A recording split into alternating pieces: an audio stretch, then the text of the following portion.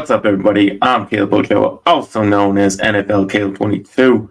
This is Betting the NFL Conference Championship weekend. And as always, here with me is my co host, Derek Wesley, also known as DWeezy. What's going on, man? Man, rolling up on wrapping up the NFL season because it's a week off, and then last game of the season. Super Bowl's right around the corner, so definitely looking to try and take advantage of some of these angles while they're still out there, and while we still got some football being played. Yeah, it's just a couple more opportunities to make the money. Um, but we'll get you through that. And try to win you guys some money like I did this weekend. Had a huge win. Not gonna say it was at all because of the picks I made, because actually one of the picks was actually a mistake, but I still won anyways. Not very happy about that. So hopefully you guys be like me and you get big wins this weekend. But before we do that, we got to recap what happened last week in the divisional round, and the the favorites. I mean, really favorites. The home teams over and under. It was all the same. It was 2-2, 2-2, and 2-2. Really wasn't much of a trend going on. Everything kind of lined up very evenly. It really wasn't really an edge either way. What we saw, but yeah. Well, what did you see anything that stood out to you over the weekend? Um, I mean, if anything, what stands out honestly is how close some of these numbers were, whether it be spread, game total. Um, as we mentioned before, as you start to get later into the season, there being less games out there, the books are able to focus in on these games, and the numbers get sharper for a reason, and some of that's reflected in some of the line or in some of the numbers we saw in return. Yeah, I'll say what's up to Brandon Mazel. What's going on, man? Glad to have you here. Yeah, it was a tough week to bet. Um, a lot of close matchups and made it difficult. But we'll get to the only upset of the week, and I came in the Chiefs plus 2.5 at the Buffalo Bills. I was glad to be on the right side of this bet. Um, I knew betting on Mahomes is always, most of the time, it's a very good bet to make, especially when he is in the playoffs. We'll say what's up to Davon. Uh, thanks for coming by. But yeah, bet on Chiefs, always a good pick when you have Mahomes back there. Chiefs may have had their problems on offense, but Mahomes got it done. I mean, he got it to his own reliable tight end and Travis Kelsey, got him 2 touchdowns. They ran the ball pretty well with Pacheco, and 97 yards and a touchdown. These two teams were going kind of score for score in that first half, really throughout the game until that fourth quarter. That's kind of where the difference in the game um, was. The Chiefs could have put the game away, really, if they had not fumbled into the end zone um, and gave the ball back to the Bills. But in the end, the Bills kind of were the Bills. I mean, they did what they did. They lose games in the playoffs, and they do it in this dramatic fashion where they miss a kick wide right. That's kind of the same old story for them. Um, but yeah, like we were saying, home field didn't really matter too much in this matter. Like we kind of been saying all season, and that's what led kind of Chiefs to cover that 2.5 spread and also get the outright win. Yeah, I mean, at a certain point, whether it be Mahomes and the Chiefs or the Bills and Allen, it's kind of two sides to the same coin. Where, regardless of the circumstances, it seems like the Chiefs with Patrick Mahomes back there can't do any wrong in the playoffs. And on the flip side of that, for whatever reason, it varies some year to year, but the Bills in another playoff situation find themselves unable to get over that hurdle that is the Kansas City Chiefs. And in this game, like you said, it came down to a missed field goal. We could have easily seen this game go into overtime. Tyler Bass has been a pretty reliable kicker in Buffalo, and a place known for weather, known for strong winds. That's probably not an easy feat to accomplish. So just the downright oddity that seems to occur when it comes to the Bills being in these late playoff push situations where it's kind of like something you see, like the Mets in baseball. Do not bet them to win the World Series because the Mets will Met, you know. And at a certain point, the Bills will bill. However you want to label it, that's that's what we've gotten. And you could look at a few different instances in this game to pick apart why the Bills found themselves coming up short, even going beyond just the missed field goal there at the end. Um, and even if they made the field goal, could the defense hold up against this offense? Hard to say. We definitely saw some adjustments out of the Chiefs' defense coming out of the second half. The Bills only scored 7 points in the second half. Um, so, you know, I'd like to say, oh, we should have known that the Chiefs were going to do this because it's hard to make that argument because the Chiefs have been very inconsistent all year and just not the typical Chiefs team that we've come to know. So while you look at this game and go, of course the Bills did something to lose. At the same time, you find yourself sort of saying, the exact opposite. Of course, the Chiefs find a way to win. Yeah. All right. And now we'll get to the bad beat of the week. And that was the Packers plus 400 on the money line at the 49ers. The 49ers do get the win. Um, if you were a money line better on the Packers, you made a damn bold pick of picking a team that was a 10.5 point dog. So, you had some balls picking that, going with that, but it definitely was a bad beat because basically the Packers pretty much outplayed the Niners for a large part of the game. They were moving the ball kind of at will on every drive, at least early in the game. They just couldn't finish the drive with the touchdown. They ended up, kicking field goals. They turned it over on downs on one drive, which pretty much led for a 49ers lead at halftime at 6-7. But even at that, you kind of, with how well they were playing, you kind of felt good about your bet going into the second half. You thought eventually all these drives were eventually going to pay off, and they were going back and forth in the second half.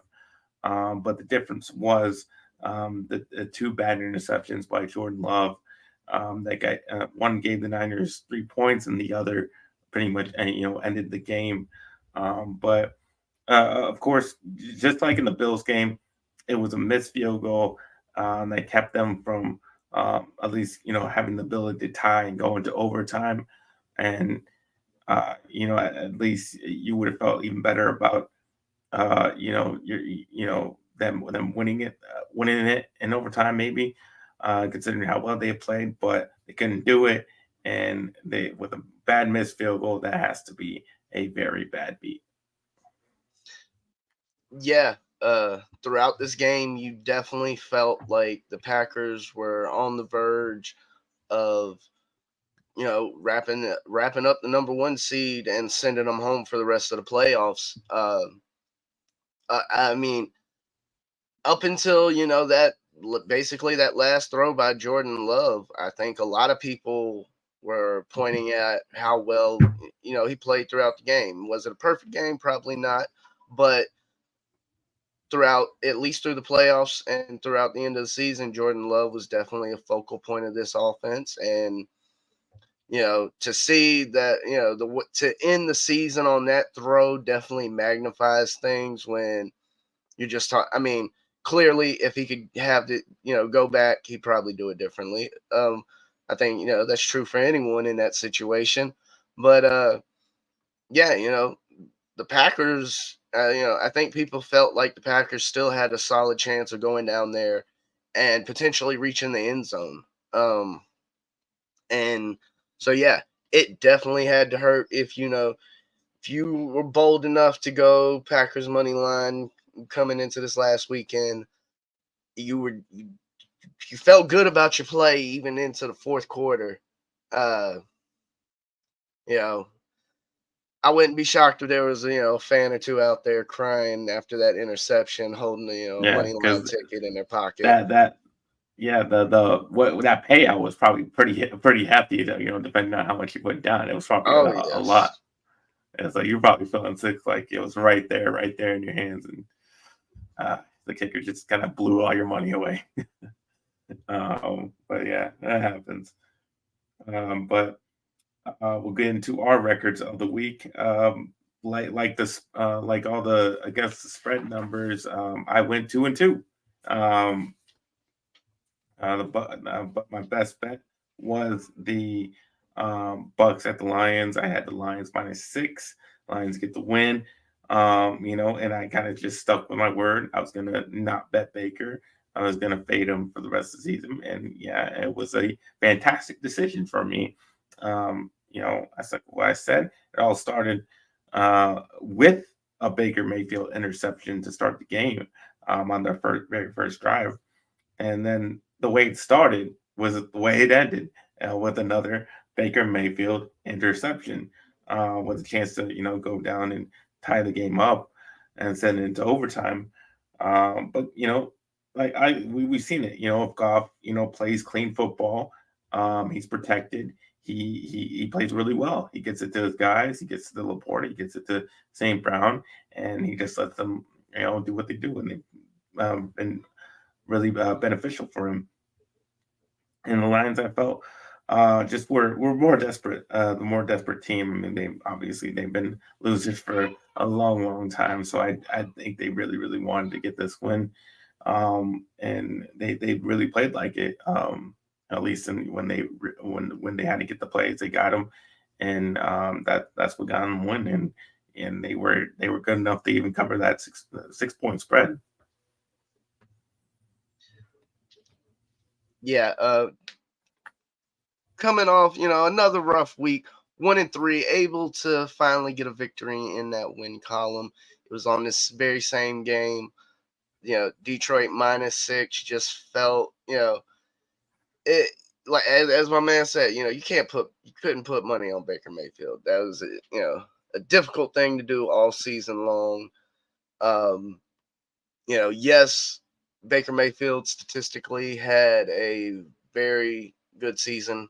Um, but when you look at things like team record, performance throughout the season, from a betting aspect, there was no way you could really back this team. Um, yeah, and so coming into this matchup, yes, Tampa Bay earned the right to be there, but clearly Detroit went out and showed that they were the better team. Um, and as you said, game started with an interception, it ended with an interception. Um, I don't think anybody, it almost saw some sort of backdoor cover, but fortunately, because of the score and the situation, even when Tampa Bay had the ball late, they were driving downfield in a situation where they were going to need a touchdown. Kicking a Yeah. field goal did them no And, good.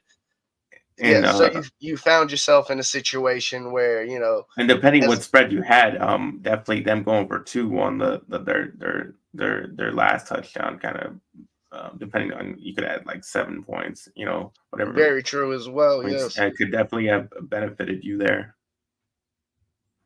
yes. So to be in that situation even late, where yes, it was a one-score game, it was the type of situation where they had to get the ball in the end zone. something they, didn't fare too well doing on a consistent basis. Um,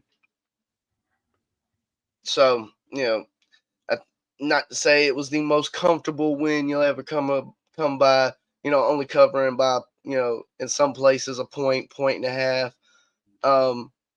But man, we talking about Detroit in the NFC Championship. Like, You know? folks, if you sitting out there with a Detroit to win the NFC or even make the NFC Championship ticket, you got some sort of exacta ticket out there for the NFC Championship. I'd love to see the odds on that. I really would, because I mean, beginning of the season, um, there's no telling what you're potentially talking about. Even to win the Super Bowl, what, maybe 10-1, if not higher. So, Wow.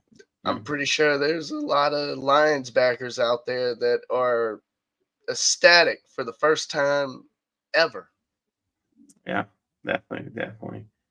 All right. And we talk about the good. Now we got to talk about the in the worst pick of the week was the Texans plus 9.5 at the Baltimore Ravens.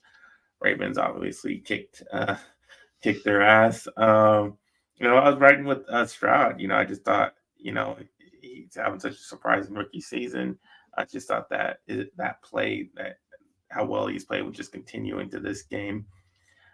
This really game just didn't go any way that I thought it was going to go. I didn't think I mean, I didn't think the Texans would win, but thought they would be a lot closer. I thought they would go back and forth in scoring. I thought it'd be much more high scoring on both parts. It was a 10-10 game at halftime.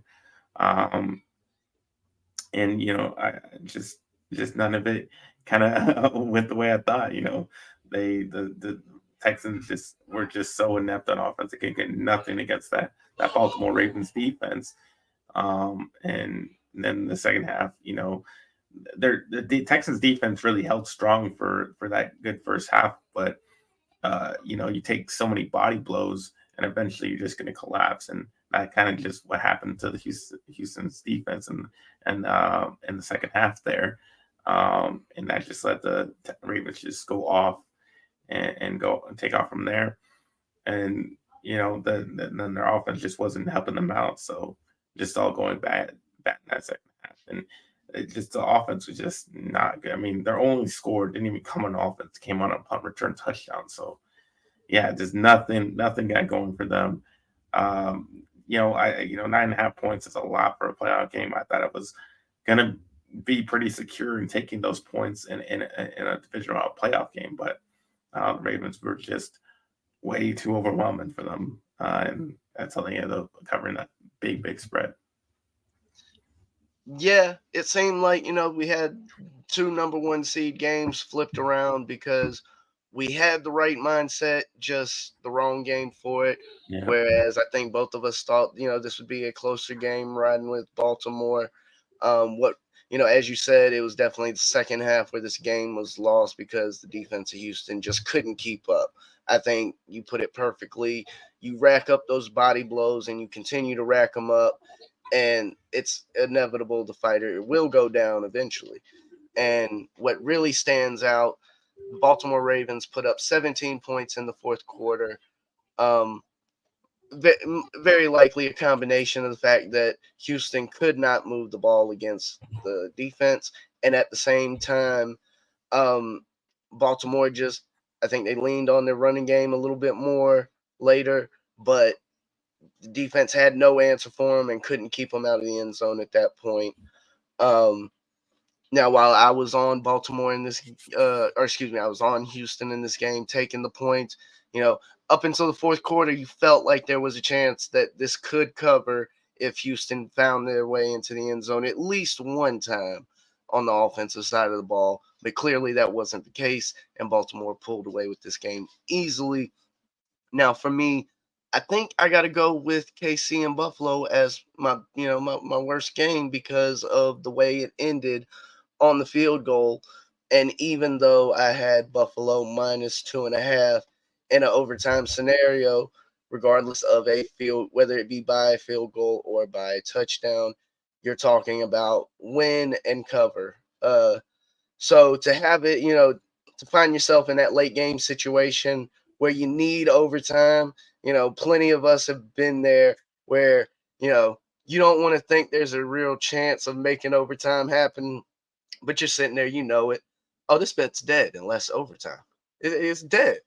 And then you see them line up for a kick to potentially send it to overtime, and you hear probably the most infamous sound in the NFL, and that is the sound of the football bouncing off the goalpost with a massive doink.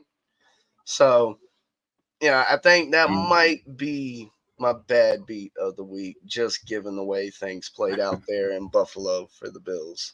I feel you. Dave Allen says he was surprised about the Ravens game as well. He had them by 4. Yeah, I think we said it last week that we thought it would be a lot closer. A-Fan Rawls says, glad to have you here, man. He said, yeah, can't bet against Patty Mahomes in the playoffs. That's true. I mean, just look at his record. I mean, you just go by his record, go by the trends. I mean, It's at this hard to bet point, against he's him. backing it up. What you got to beat the man. I don't care where he's playing. At this point, it doesn't matter where he's playing. We've seen Super Bowls. You can kind of call them road games, but not being in a friendly atmosphere at least. Definitely going to Buffalo in this game. It's a big statement from a career perspective. That's one less feather in the cap of that argument against him. And, it, the reason you call Brady the GOAT is because he kept winning. It doesn't matter how you get there. It doesn't matter how you win them. If you want them, you got them. And until somebody can stop Patty Mahomes and the Chiefs, it's definitely a scary opponent, regardless of who's on their roster. If you're talking about Patrick Mahomes lining up behind center. He's a Packers fan. He lives in KC. Okay. He also says there's a ton of pressure on the Ravens. Chiefs playing loose. That could be true because the Chiefs, they've already had a lot of success. Obviously, winning a couple Super Bowls. And Lamar has kind of proved himself in the playoffs to kind of get people on his back. So that definitely true. We'll see. Yeah, no, there's, I definitely. I mean, I think it'll be a challenge for both teams because, as far as playing loose, not to say that the pressure will get to them, but this is the type of moment that can erase everything that was said about the Chiefs at the beginning of the season, midway through the season. You go out there and, make it to the Super Bowl, win a Super Bowl. Only thing people are going to be talking about are the things they did to get there for another Super Bowl championship. I definitely think that, getting a strong win over Houston like the Ravens did helps get that bug off their back about, past playoff wins, losses, scenarios. And that really, it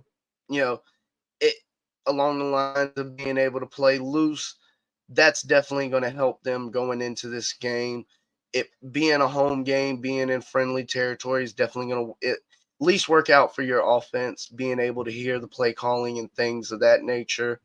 So yeah, I think coming into this matchup, both teams are set up to, while there is that same pressure, there is that opportunity to play loose because of what's at stake.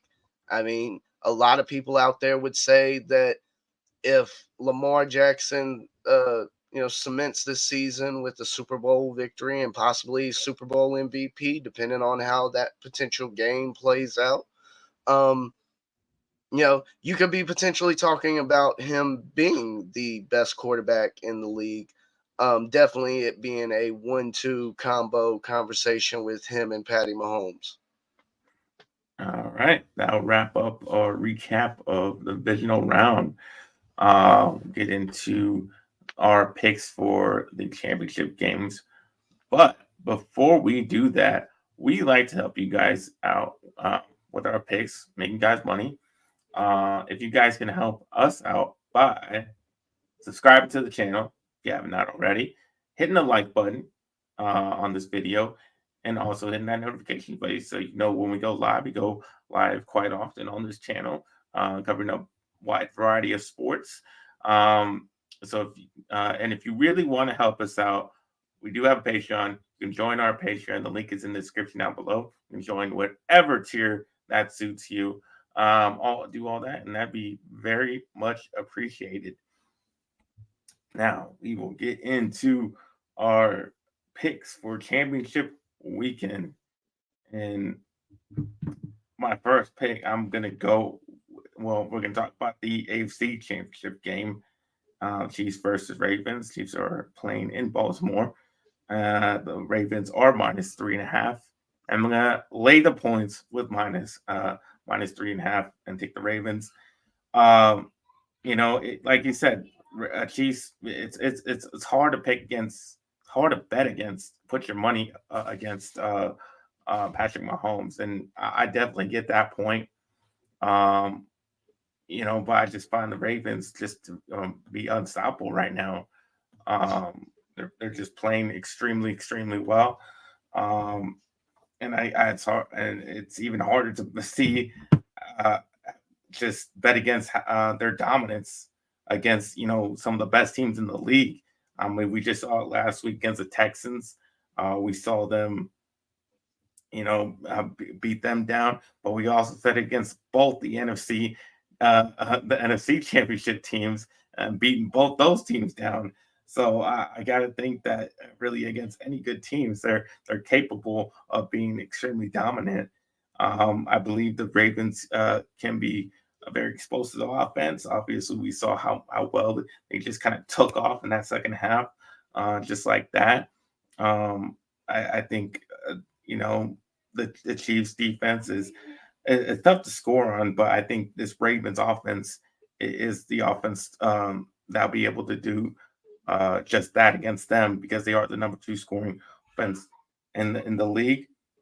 Um, the Ravens also are a very tough defense to score against, and with the Chiefs inconsistency on offense, especially in the receiving core, it's gonna be tough for them.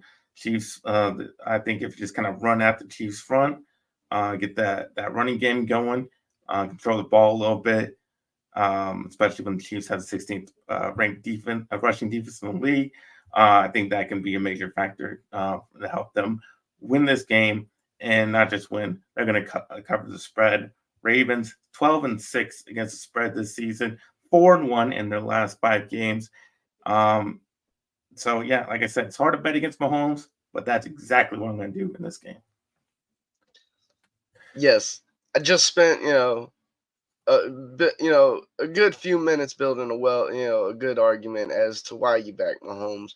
Well, if you're going against Mahomes, you got the one quarterback in the league who I would want to have in my corner in Lamar Jackson.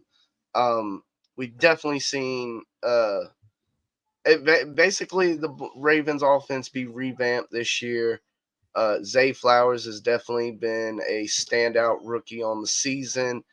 And what I'm not sure if OBJ is drawing much attention out there, but we've seen uh, Mark Andrews have a good season. Even when he went down, we've seen Isaiah Likely step up for this offense, who's been very productive in the sense of being able to draw in those or bring in those catches. Um, Now, for me on this game, I did throw together a little parlay, little same game parlay action for this game. Lamar Jackson to have one rushing touchdown and to go over on the passing touchdowns, um, combined with the Ravens money line. And you're looking at 4-1 at a little plus 425. Lamar definitely is the he's the key to this motor. He's what makes it go. You don't always need. He's shown that he doesn't have to win the games. In the running game, is he still a legitimate rushing threat, especially with the way the offense has been, as they've put in this passing offense in Baltimore with the new offensive coordinator Todd Monken. You haven't seen them shy away from the running game. Uh, Maybe slightly use Lamar more than some would like to see, but there is a legitimate threat from this offense both in the passing and rushing game. Um and I see no reason to not back, Lamar Jackson and the better quarterback in this matchup. And to highlight something that was mentioned in the chat. Yeah, I'm gonna get to it. He, he said Exact buy the Yep. juice. Juice. I go with nice. I definitely agree with that. You can definitely bet it down because this definitely could be a 3 point game. I am comfortable taking the minus 3.5 just because they've been so dominant. I mean, why would I not take if you're going to win more money? And I think they can cover a spread like that and win by 4 more. Just when we've seen it, we've seen how well they can just take off and make it a very dominant victory. So I'm yes, you could do that because it could be a close 3 point game, but at least for me, I'm comfortable at the 3.5 because I just think that they can win like that. He also says, where was it? Shoot, the under. He said he's going to take the under. I'm with you there. I mean, these two teams don't. I mean, they've only allowed the Ravens have only allowed 24 points twice throughout the season. Chiefs have only allowed it like once or twice as well. It's very hard to score on either one of these defenses. The over under is set at 44.5. I could definitely see the under in this game, especially when you saw last week that 10-10 first half. That definitely made me think otherwise on the over and under. So yeah, I like the under in this game as well. Yeah, I could definitely see the under coming in this game. Unless you're talking about something like a 6 or 7 point teaser and bringing that total down, I don't really see much of an argument for there to be an over. Because I do think the Chiefs' defense has been a little bit underrated this season. We've seen the defense clearly keep them in some games, and uh, will they be able to do that with this Baltimore Ravens team? It's hard to say. But as you mentioned, the Baltimore Ravens have likely the best defense in the league right now. Depending on how you want to read some analytics and metrics out there, potentially, one of the best defenses ever as far as just what the numbers say on paper. Um, so yeah, I could definitely see this being a lower scoring game. Uh, Meaning that under would be a very likely no, to come in because even where the total is now, you know, 24-20 under still hits, still cover on the number. Where I'm looking, I'm seeing 44.5. So, it'd be a sweat, that's for sure. But I could definitely see this, game finishing, a score, you know, 21-17, That's twenty what twenty exactly what I was four. thinking. Yeah. So, 21-17. there's definitely a number of scenarios where that fall right in line with the under being a potential. All right. No more comment. Thing on says we play don't break, but the corners have actually played all this year. We just keep everything in front. And then Nathan says there's only two numbers. I feel comfortable minus 2.5, and then plus 4.5. As taking the spread. Yeah, you just gotta go with what you're comfortable with.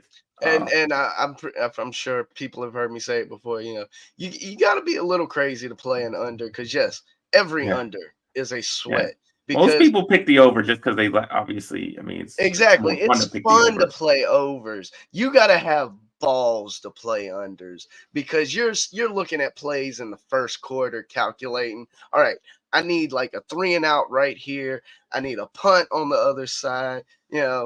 It can get, a little stressful early out there when you're playing those unders.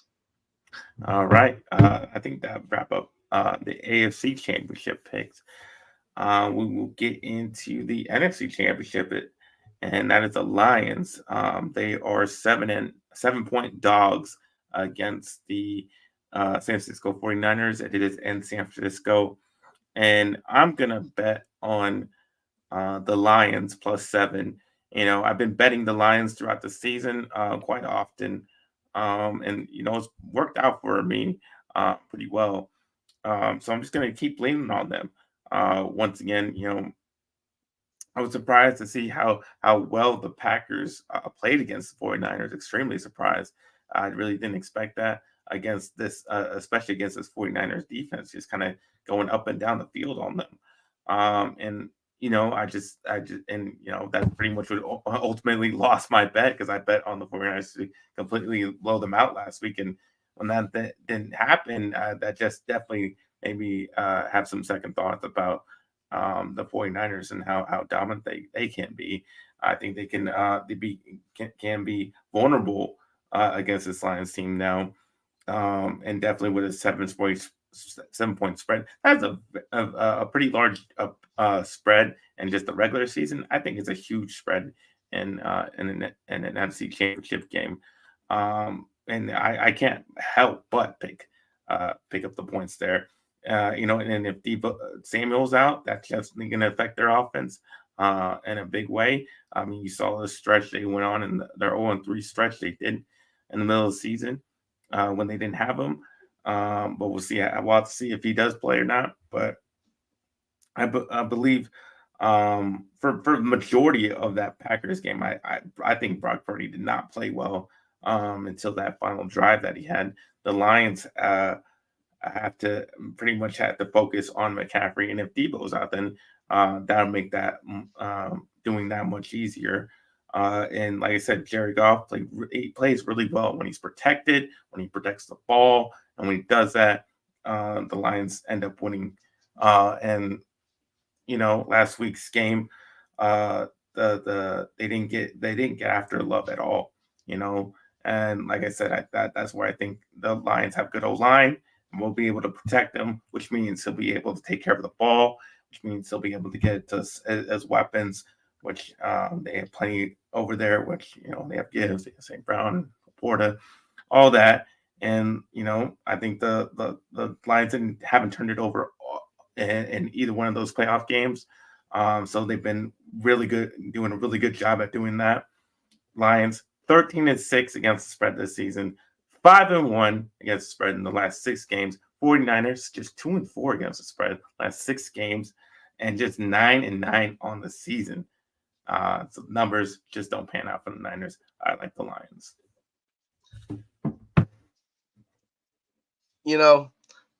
I want to see my man CMC make it to a Super Bowl. As a Panthers fan, I've definitely, enjoyed seeing him have more successful times playing for the, San Francisco 49ers.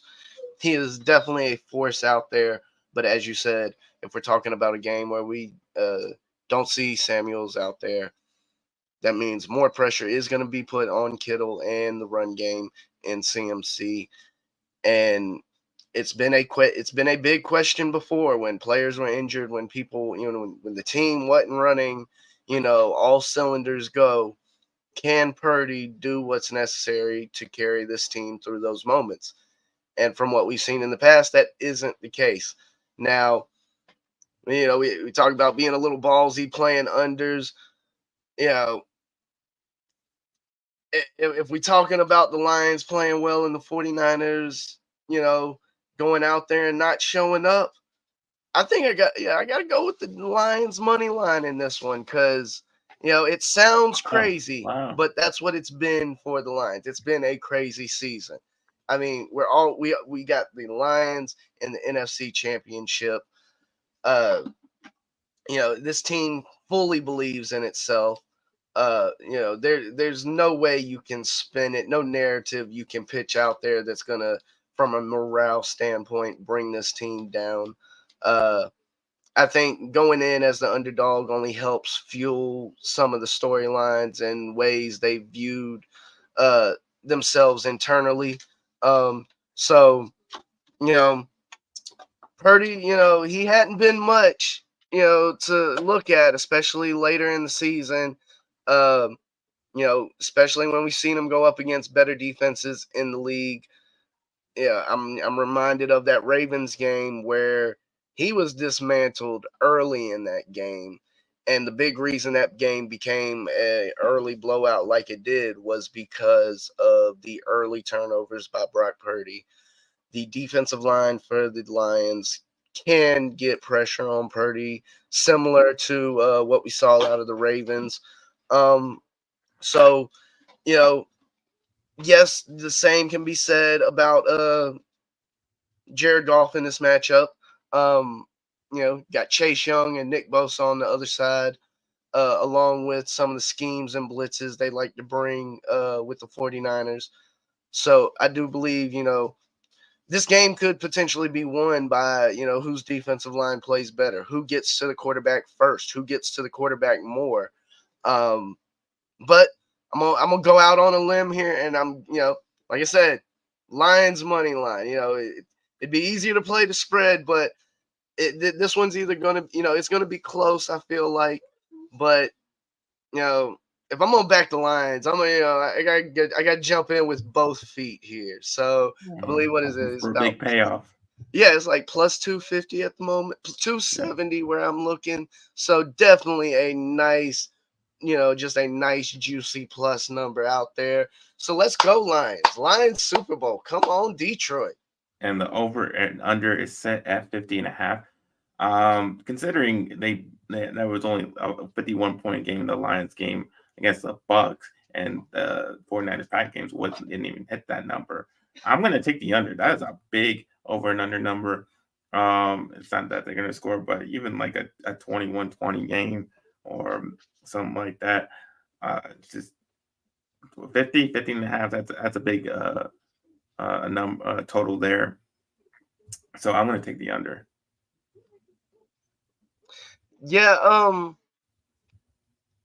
Yeah, I mean, if this game has some shootout potential, because if that D line isn't able to get to Purdy as often as we might like to see, it could get interesting if he's able to stand back there. Um, Now, one thing that's worth, taking notice in this game, Sauce Garner, uh, he made a few ripples this weekend, these past few weeks. Uh, but he's definitely, a top notch cornerback out there that can wreak havoc on a quarterback. Um, so it will, turnovers are great for an under, that's for sure. Especially if you're talking about a game that might be in a more defensive battle. Uh, you get those turnovers late, or deep in enemy territory, and the offense coming onto the field is looking at going 60, 70 yards for a potential touchdown or score. Um, so I definitely think there's some stronger possibilities for the money or the under coming in. I do think we see more scoring and potentially more scoring in that game than we do in the AFC matchup between the Ravens and uh damn it, who they playing? The Ravens What? and the Chiefs. See, I'm trying yeah, to I'm trying to, I'm avoiding Taylor Swift so hard I forgot who Yeah. was even in the game, because that's a whole nother mess of Yeah. nonsense that is not worth getting into. But I mean, I think the one thing good about Taylor Swift, I mean, I think there's going to be a big prop on how many times they're going to show her, um, if she goes to the Super Bowl. So that'd be it's more opportunities to make money in that way. man, well, no, that if I'm that would be, I don't think a book would do that. Uh Because all you have to do is look at it's something I've actually heard mentioned. She won't be in Vegas regardless of who's there. Her touring schedule won't allow it. She'll cancel it. She'll cancel it. No. I promise you, she's walking around calling the shots, not Kelsey. So All right, we'll get some of these comments. And Pam said, I'd hold off on betting until 100% of the weather. Weather could be a fact, could be windy in San Francisco for that game. I have some problems on the ball, but that's another reason why I like the under. Could be some problems in the passing game. And of course, my dad said, what's up? Glad to have you here. But yeah, just to recap our bets one more time, I got both unders on each of the games. I take the Lions +7 at San Francisco, and I got the Ravens -3.5 in Baltimore. Yeah, I'm definitely rolling with the under in Baltimore. Or I believe I had the under. Taking Baltimore minus the points. Definitely think the under can come in that game. Likely 21-17, somewhere in that range. As I said, going out on the limb with the underdog, the biggest underdog in both of the matchups with the Detroit Lions +270. And going with the under there in that matchup as well. I just see too many scenarios where that game finishes coming under a total of 51 versus over. Is it possible that there's an over? Yes. I would lean more to the over if we knew Samuels was playing, or at least in better playing condition.